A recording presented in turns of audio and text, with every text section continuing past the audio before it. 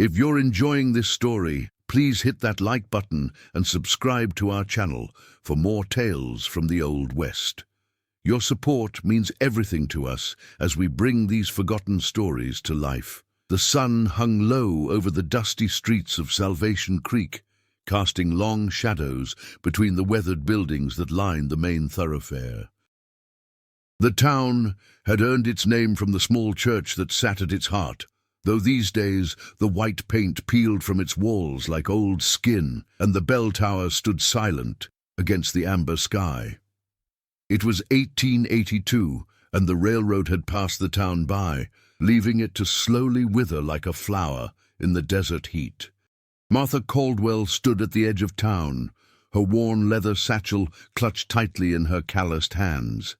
Dust clung to her dark blue dress, the same dress she had worn to her husband's funeral 3 months prior. Her auburn hair, once carefully pinned, now hung loose around her shoulders, wild from the long journey that had brought her to this forsaken place. She was 32 years old, though the hardships of recent months had etched lines around her green eyes that made her appear older. Behind her, the stagecoach that had carried her from Silver Ridge disappeared into the distance, leaving only a cloud of dust and the echo of hoofbeats. The driver had been reluctant to bring her this far, warning her that Salvation Creek was no place for a woman alone. But Martha had nowhere else to go. The good people of Silver Ridge had made sure of that. The accusations had started small, whispered rumors that spread like wildfire through the church congregation. They said she had been seen entering the saloon after dark. They claimed she had been too friendly with the traveling merchants who passed through town. When her husband Thomas died suddenly of fever, the whispers grew louder. By the time the preacher's wife publicly declared her a woman of ill repute, Martha's fate was sealed. She walked slowly down the main street, her boots raising small puffs of dust with each step. The few townspeople she passed averted their eyes, though she could feel their curious stares following her. A sign creaked in the wind above the general store, its paint faded and illegible. The saloon's batwing doors stood open, revealing glimpses of men hunched over their drinks in the dim interior. At the end of the street, where the buildings gave way to open prairie, stood a small cabin.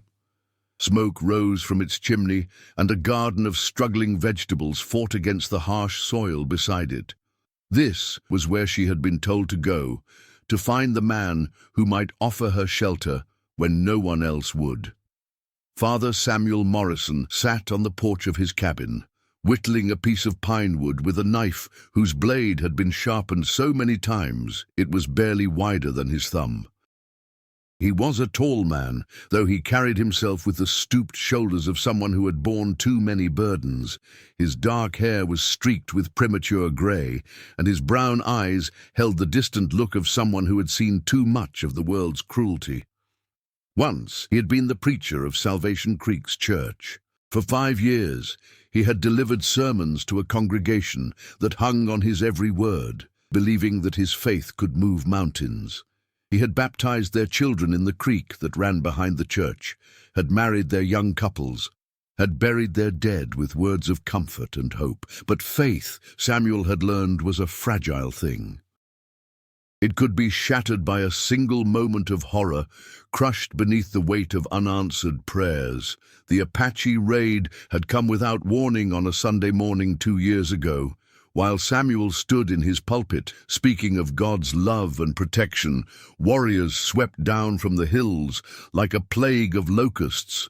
Samuel watched Martha approach his cabin, noting the way she held herself with dignity despite her obvious exhaustion. He had heard the stories, of course. In a town as small as Salvation Creek, news traveled fast. A woman cast out from Silver Ridge, branded as a fallen woman by her own neighbors. The irony was not lost on him that she would seek sanctuary from a man who had lost his faith. "You must be Martha Caldwell," he said, setting down his whittling. His voice carried the remnants of authority from his preaching days, though it was softer now, weathered by doubt and sorrow. "I am," she replied, stopping at the bottom of the porch steps. "I was told you might have room for someone in need of shelter." Samuel studied her face, seeing past the exhaustion to the strength that lay beneath. "I was also told what brought you here. The accusations, the exile from your home." Martha's jaw tightened. "I won't defend myself to you or anyone else. I know what I am, and I know what I'm not. If you're going to turn me away, please do it now, before I waste any more of your time." There was fire in her words, a defiance that Samuel recognized from his own mirror. He had worn that same expression when the church elders had come to him after the raid, expecting him to explain why God had allowed such suffering to befall their community. "I'm not in the habit of turning away those who need help," Samuel said, rising from his chair. "There's a small room at the back of the cabin. It's not much, but it's clean and dry. You're welcome to it for as long as you need." Tears threatened to spill from Martha's eyes, but she held them back.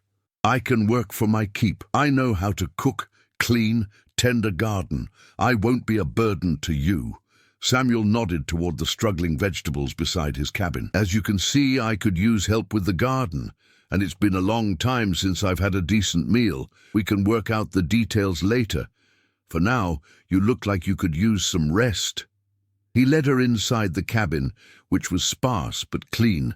A stone fireplace dominated one wall, with a simple wooden table and 2 chairs nearby. Shelves lined the walls, though they held more empty spaces than books.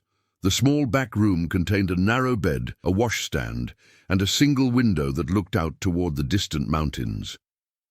"There's a well behind the cabin," Samuel said, setting her satchel on the bed.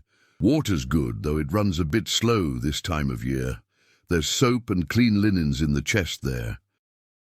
Martha sat heavily on the bed, finally allowing herself to feel the full weight of her exhaustion. "Why are you helping me? You don't know me. Don't know if the stories are true." Samuel paused in the doorway, his hand resting on the frame. "I've learned that the stories people tell about others often say more about the storytellers than the accused. Besides, I'm not in a position to judge anyone's sins." That night, Martha lay in the narrow bed and listened to the sounds of the prairie. Coyotes called to each other in the distance, and the wind whistled through the gaps in the cabin walls. For the first time in months, she felt safe. It was a strange feeling, considering she was sleeping in the home of a man she barely knew, in a town that might prove just as hostile as the one she had fled. In the main room, Samuel sat by the dying fire, a well-worn Bible resting unopened on the table beside him. He had not read from it in 2 years, not since the morning he had found the bodies of the Jenkins family scattered around their homestead like broken dolls. Mrs. Jenkins had been one of his most faithful parishioners, never missing a Sunday service, always ready with a kind word and a helping hand. The next morning, Martha woke to the smell of coffee and frying bacon. She dressed quickly and emerged from her room to find Samuel standing over the stove, tending to breakfast with the careful attention of someone who had learned to cook out of necessity rather than talent. "Good morning," she said, smoothing her hair back from her face. "Morning," Samuel replied, not turning from the stove. "I hope you slept well. Coffee's ready if you'd like some." Martha poured herself a cup from the pot on the table, savoring the bitter warmth. "I slept better than I have in months. Thank you." They ate breakfast in comfortable silence, the morning sun streaming through the windows and warming the small cabin. Outside, the sounds of the town beginning its day drifted in on the breeze, the clatter of wagon wheels, the lowing of cattle, the distant ring of hammer on anvil from the blacksmith shop. "What happened to you?" Martha asked suddenly, setting down her coffee cup. "I mean, what happened to make you stop preaching?" Samuel's fork paused halfway to his mouth. For a moment, she thought he wouldn't answer. Then he set down his utensil and leaned back in his chair. "I used to believe that faith could protect people," he said slowly. "That if you lived a righteous life, if you trusted in God's plan, you would be safe from the worst of what this world had to offer. I preached that message for 5 years, convinced I was giving people something they needed. He stood and walked to the window, looking out at the church in the distance. 2 years ago, the Apache came through. They hit 3 homesteads before anyone knew what was happening. Good people, faithful people, the kind who never missed a Sunday service, who tithed even when they could barely afford it. Martha waited, sensing there was more. "I found them afterward," Samuel continued, his voice barely above a whisper. "The Jenkins family, all of them. And I stood there in the midst of all that horror, and I realized that every word I had spoken from that pulpit was a lie. There was no divine protection, no reward for righteousness, just random cruelty and meaningless suffering." Martha rose and moved to stand beside him at the window. "So you stopped preaching?"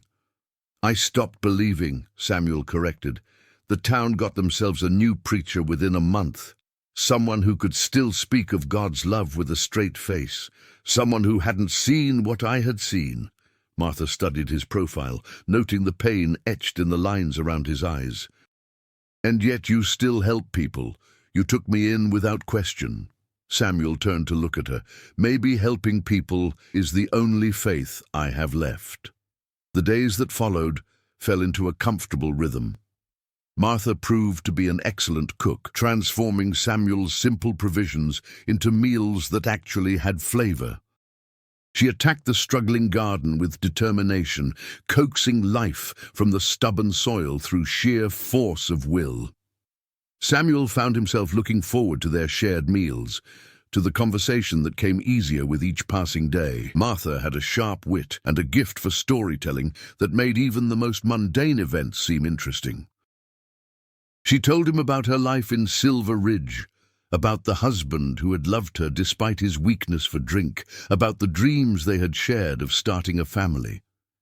"We tried for years," she said one evening as they sat on the porch watching the sunset paint the sky in shades of orange and purple. "Every month I hoped. Every month I was disappointed.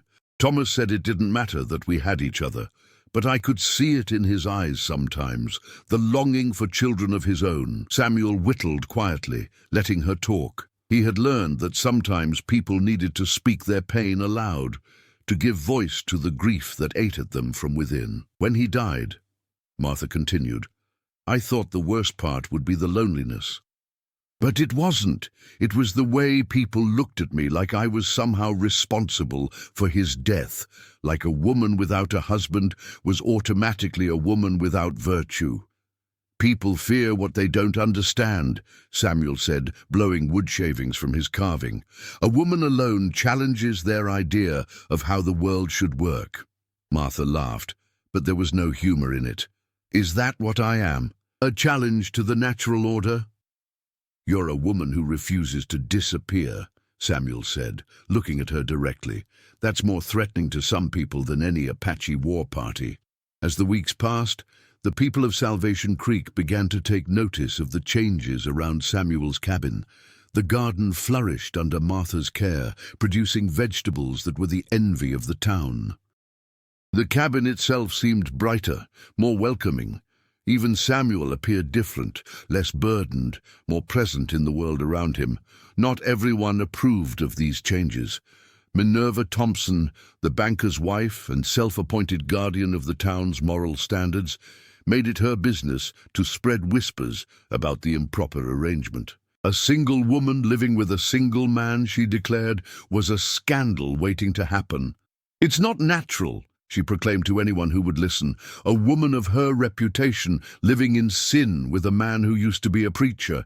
It's enough to bring God's wrath down upon us all." But others saw something different. They saw a woman who worked hard, who kept to herself, who showed kindness to anyone who showed it to her. They saw a man who had been slowly dying of loneliness come back to life. One hot afternoon in late summer, Martha was working in the garden when she became aware of someone watching her. She looked up to see a small girl standing at the edge of the property, her thumb stuck firmly in her mouth. The child was perhaps 6 years old, with tangled blonde hair and a dress that had seen better days. "Hello there," Martha said, setting down her hoe. "Are you lost?" The girl shook her head but didn't move closer. Martha wiped her hands on her apron and approached slowly, the way she might approach a skittish horse. "I'm Martha," she said, crouching down to the child's level. "What's your name?" The girl pulled her thumb from her mouth long enough to whisper, "Lucy." "Lucy's a beautiful name," Martha said. "Are you thirsty, Lucy? It's awfully hot today." The girl nodded, and Martha led her to the well behind the cabin. As she drew up a bucket of cool water, she noticed the child's thin frame, the way her dress hung loose on her small body. "Are you hungry too?" Martha asked, offering the girl a dipper of water. Lucy nodded again, drinking deeply. Martha went into the cabin and returned with a thick slice of bread spread with butter and honey. The girl devoured it with the desperation of someone who hadn't eaten in days. "Where do you live, sweetheart?" Martha asked gently. Lucy pointed toward the far end of town, where a collection of ramshackle buildings housed the town's poorest residents. "With Aunt Bessie," she said, in a voice barely above a whisper. Martha knew of Bessie Garrett, a woman who took in orphaned children for the small stipend the county provided, though it was common knowledge that she spent more of that money on whiskey than on caring for her charges. "Does your Aunt Bessie know where you are?" Martha asked. Lucy shrugged, already eyeing the remaining bread in Martha's hands. Without hesitation, Martha gave her another slice. From that day forward, Lucy became a regular visitor to the cabin. She would appear at odd hours, always hungry, always grateful for whatever kindness Martha showed her.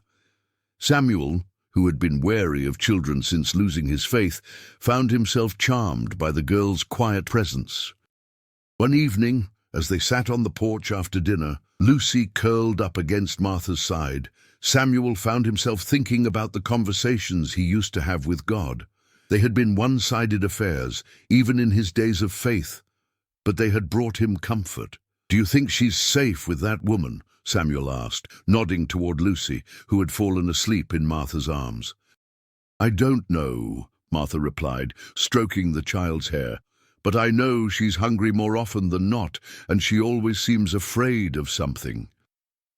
Samuel watched the gentle way Martha held the girl, the fierce protectiveness that had crept into her voice.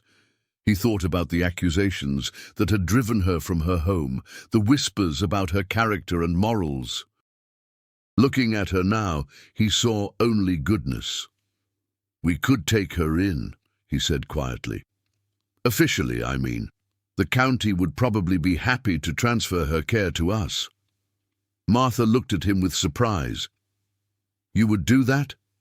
"I've been thinking about it since she started coming around. She needs someone who will actually care for her, not just collect the stipend.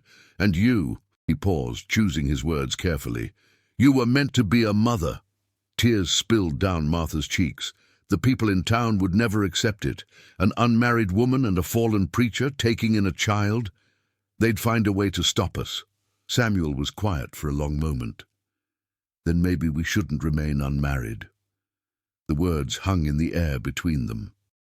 Martha stared at him, searching his face for any sign that he didn't mean what he had just said. "Samuel," she said slowly, "you don't have to sacrifice yourself for me.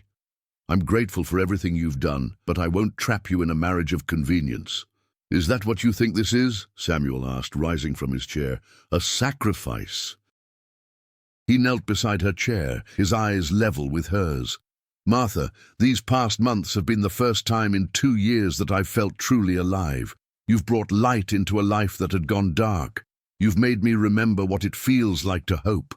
Martha's breath caught in her throat. "But your faith—" "My faith in God may be broken," Samuel said, "but my faith in the goodness of people like you is stronger than ever. Maybe that's enough. Maybe that's all I need." Lucy stirred in Martha's arms, murmuring softly in her sleep. Martha looked down at the child, then back at Samuel's earnest face. "Are you certain?" she asked. "I've never been more certain of anything in my life," he replied. The wedding was a small affair, held in the cabin with only the county judge and 2 witnesses present. Martha wore her best dress, which she had carefully cleaned and mended. Samuel wore his only suit, the same one he had worn in his preaching days. The people of Salvation Creek were divided in their reaction. Some, led by Minerva Thompson, viewed the marriage as a sham designed to provide respectability to an improper arrangement. Others saw it as a second chance for two people who had been dealt harsh blows by fate. Lucy, now officially in their care, blossomed under their attention. She grew stronger and more confident, her shy smile appearing more frequently. Martha taught her to read, while Samuel showed her how to whittle and care for the animals they kept. One Sunday morning, as they sat on the porch after breakfast, the sound of church bells drifted across the town. Samuel felt the familiar tightness in his chest that came whenever he was reminded of his former calling. "Do you miss it?" Martha asked, noticing his expression. "I miss the certainty," Samuel admitted. There was comfort in believing that everything happened for a reason, that there was a grand plan behind all the suffering and joy. Lucy looked up from the wooden horse Samuel had carved for her. "What suffering?" Samuel and Martha exchanged glances. "It's when bad things happen to good people," Martha said gently. "When people are sad or hurt or scared." "Like when I was hungry all the time?" Lucy asked. "Yes, sweetheart," Martha said. "Like that." Lucy considered this for a moment. "But now I'm not hungry anymore, and I have a mama and papa who love me, so maybe the suffering stopped." Samuel felt something shift inside his chest, a loosening of the tight knot of anger and despair he had carried for so long, out of the mouths of babes, he thought. "Maybe it did," he said softly. As autumn painted the prairie in shades of gold and crimson, Samuel found himself thinking more and more about the nature of faith. He had always believed it meant trusting in God's plan, accepting that divine will guided all things. But perhaps faith was something simpler and more profound. Perhaps faith was Martha's determination to rebuild her life after losing everything. Perhaps it was Lucy's ability to trust again after being abandoned and neglected. Perhaps it was his own decision to open his heart to love despite the pain he had endured. One evening, as the first snow began to fall, Samuel sat at the kitchen table with his old Bible open before him. He had not read from it in over 2 years, but tonight something had drawn him to it. Martha came to stand behind him, her hands resting on his shoulders. "Finding what you're looking for." "I'm not sure what I'm looking for," Samuel admitted, "but I think I'm ready to look again." She leaned down and kissed the top of his head. "Take your time. I'll be here when you're ready." As winter settled over Salvation Creek, the small cabin became a beacon of warmth and light. Neighbors began to stop by, drawn by the smell of Martha's cooking and the sound of laughter that seemed to emanate from within its walls. Samuel found himself offering advice to those who sought it, though he was careful not to speak of divine will or God's plan. Instead, he spoke of human resilience, of the strength that came from facing adversity with courage and compassion. "You don't preach anymore," observed Tom Harper, a rancher who had lost his wife to influenza, "but you still help people find their way." "Maybe that's what preaching really was," Samuel replied. "Not telling people what God wants from them, but helping them discover what they're capable of." Word of Samuel's wisdom spread beyond Salvation Creek. People began to travel from neighboring towns to seek his counsel. He never called himself a preacher, never claimed to speak for God, but he listened with the patience of someone who had known great sorrow, and he spoke with the wisdom of someone who had found hope in the darkest of times. One spring morning, as Martha worked in her garden and Lucy played nearby, Samuel stood on the porch and watched the church across town. Its bell tower still stood silent, its congregation having dwindled to a handful of elderly parishioners. The current preacher, a young man fresh from seminary, struggled to connect with people who had seen too much of the world's harshness to accept simple platitudes. "You're thinking about it again," Martha said, joining him on the porch. "The church?" Samuel asked. "Sometimes, but not in the way you might think." He put his arm around her waist, drawing her close. I used to think that faith meant having all the answers. Now I think it might mean being comfortable with the questions." Martha smiled up at him. "And what questions are you comfortable with? Why do good people suffer? How do we find meaning in a world that often seems meaningless? How do we love when loving means risking loss?" Samuel paused, looking out at the town that had become his home. "I may not have the answers, but I'm no longer afraid of the questions." As the months passed, Samuel began to write, not sermons but stories, tales of the people who came to him seeking guidance, of the small miracles that occurred when human beings chose compassion over cruelty. He wrote about Martha's journey from shame to dignity, about Lucy's transformation from a frightened waif to a confident child, about his own path from despair to hope. The stories began to circulate throughout the territory, passed from person to person like precious gifts.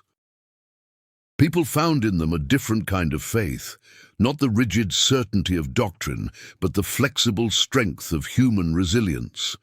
One day, a delegation from the church approached Samuel with a proposition. They wanted him to return to the pulpit, to minister to a congregation that had grown hungry for his unique brand of spiritual guidance. "I'm not the same man who left that church," Samuel warned them. "I can't promise to give you the certainty you're looking for." "Maybe certainty isn't what we need," replied Mrs. Henderson, an elderly woman who had been one of his most faithful parishioners.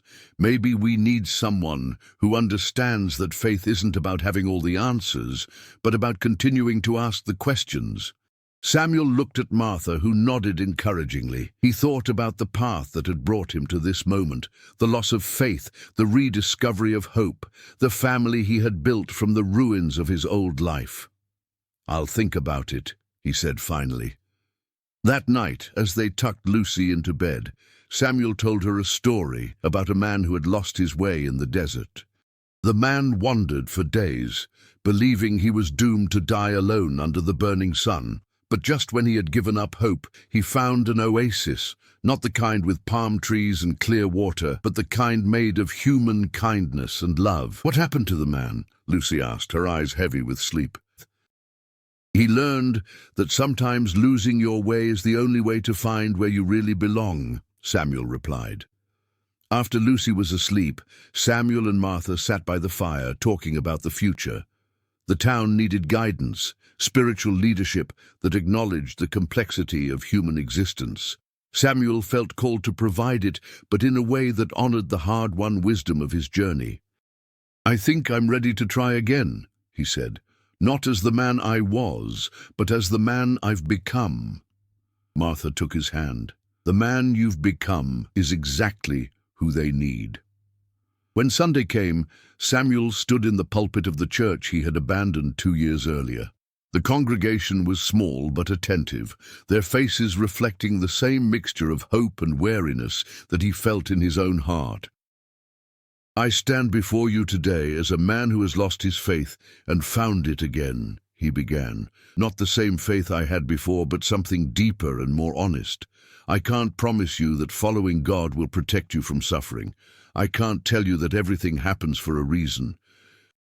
But I can tell you that even in the darkest moments, we have the power to choose compassion over cruelty, hope over despair, love over fear." He spoke about Martha, about the injustice she had faced and the strength she had shown. He talked about Lucy, about the resilience of a child who had been abandoned but refused to abandon hope. He shared his own story of loss and redemption, of finding purpose in the midst of doubt. Faith, he concluded, is not about having all the answers. It's about trusting that love is stronger than hate, that kindness is more powerful than cruelty, that hope can survive even the darkest night. It's about believing that we can be better than we are, that we can lift each other up instead of tearing each other down. As the congregation filed out after the service, many stopped to shake Samuel's hand, to tell him how his words had touched their hearts. But it was the conversation with young Billy Morrison, whose father had died in a mining accident, that stayed with him. "Preacher," the boy said, "do you really think my pa is in heaven?" Samuel knelt down to meet the boy's eyes. "I think your father lives on in every kind thing you do, every time you help someone in need, every moment you choose to be brave when you're scared. That's a kind of heaven, isn't it?" Billy nodded solemnly. "I think so too." As the seasons turned and the years passed, Samuel's ministry grew and evolved. He preached about finding God in everyday acts of kindness, about the sacred nature of human connection, about the importance of questioning and doubt in the journey of faith. Martha became beloved in the community, her reputation as a woman of virtue and strength replacing the ugly rumors that had once followed her. She opened a small school in their cabin, teaching children to read and write, including many who had been overlooked by the traditional education system. Lucy grew into a bright, confident young woman, her early hardships having taught her empathy and resilience. She often helped Martha with the school, showing particular patience with the younger children who struggled with their lessons.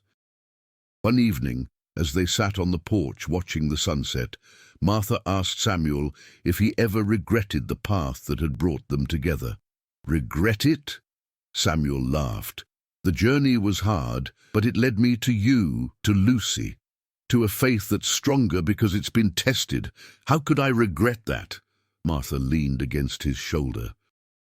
"Sometimes I wonder what would have happened if you had turned me away that first day.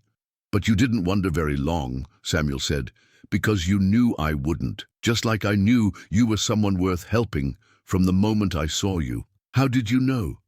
Samuel thought for a moment. "Because you reminded me of myself. Someone who had been knocked down but refused to stay down. Someone who had been hurt but refused to become bitter. Someone who had been abandoned but refused to abandon hope." As the stars began to appear in the darkening sky, Samuel reflected on the strange turns his life had taken. He had begun as a man of unquestioning faith, had fallen into the depths of despair, and had emerged with a more complex but ultimately more meaningful understanding of what it meant to believe. The woman who had been cast out as a sinner had become his salvation. The child who had been neglected and forgotten had become their greatest joy. The faith he had thought was lost forever had been transformed into something deeper and more resilient. "Thank you," he said quietly. "For what?" Martha asked. "For showing me that sometimes the greatest act of faith is simply refusing to give up on each other." In the distance, the church bell began to toll, calling the faithful to evening prayer. But Samuel felt no need to answer that call tonight. His prayer was here, in this moment, surrounded by the people he loved and the life they had built together from the ashes of their former selves. The story of Samuel Morrison and Martha Caldwell became legend in that part of the territory. People spoke of how love had triumphed over prejudice, how faith had survived doubt, how family could be formed not just by blood but by choice and commitment. Years later, long after Samuel had delivered his final sermon and Martha had taught her last student, travelers would still stop at the cabin to hear the tale of the preacher who lost his faith and found it again, and the woman who showed him that sometimes the greatest miracles happen not in grand gestures from above, but in the simple decision to treat each other with kindness and respect.